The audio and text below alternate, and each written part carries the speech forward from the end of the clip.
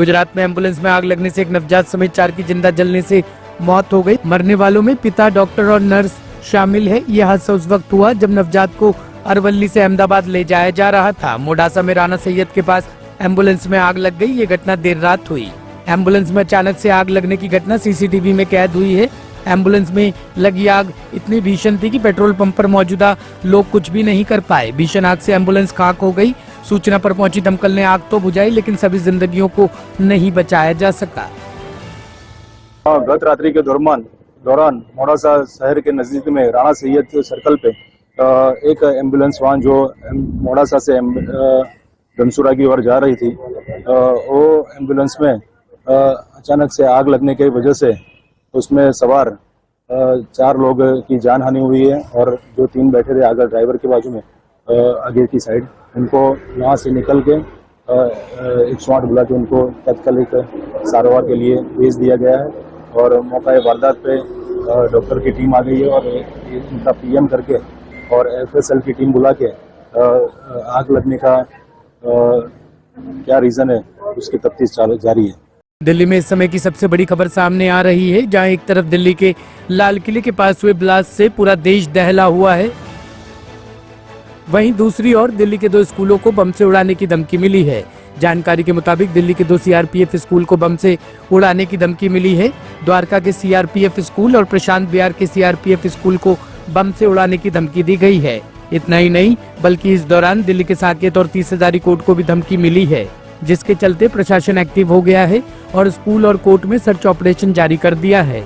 जानकारी के मुताबिक दिल्ली के फायर विभाग को धमकी भरा कॉल आया था। सूत्रों के अनुसार अदालत परिसर में भेजे गए धमकी भरे संदेश में बम विस्फोट की स्पष्ट चेतावनी दी गई थी। धमकी की विश्वसनीयता को देखते हुए इसे हल्के में नहीं लिया गया। सुरक्षा एजेंसियां तुरंत डॉग स्क्वाड लेकर पहुंची और बम की तलाश शुरू कर दी। ये धमकी इस हिसाब से भी गंभीर मानी जा रही है क्योंकि जिस पटियाला हाउस कोर्ट को बम ब्लास्ट की धमकी भेजी गई है, वहां आज दिल्ली ब्लास्ट के आरोपी की पेशी भी है। ऐसे में पुलिस बेहद सतर्क हो गई है। बीते सोमवार 10 नवंबर की शाम दिल्ली के high security area Lal Qila के पास कार में हुए बड़े धमाके में 13 लोगों की मौत हो गई थी, जबकि करीब 20 लोग घायल हुए थे।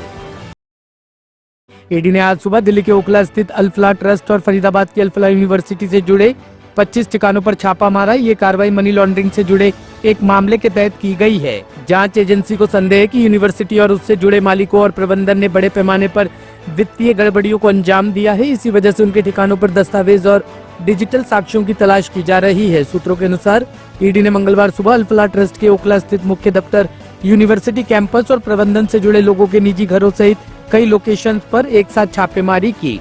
दिल्ली के जामिया नगर और ओखला बिहार से लेकर फरीदाबाद के सेक्टर 22 स्थित यूनिवर्सिटी कैंपस तक ईडी की कई टीमें तड़के से ही तैनात है।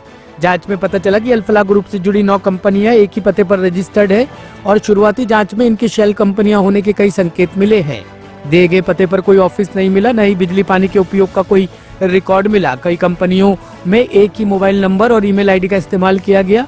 ईपीएफओ और ईएसआईसी में कोई फाइलिंग नहीं मिली और कागजों में इन्हें बड़ी कंपनियां दिखाया गया था। कई कंपनियों में एक ही डायरेक्टर और साइनेटरी कॉमन पाए गए। बैंक स्टेटमेंट में सैलरी ट्रांसफर बेहद कम दिखा और एचआर से जुड़े कोई दस्तावेज उपलब्ध नहीं थे। लगभग सभी कंपनियां एक ही पैटर्न पर बनाई गई थी और इनके संपर्क विवरण भी एक जैसे मिले। ब्यूरो रिपोर्ट, टीम तफ्तीश न्यूज।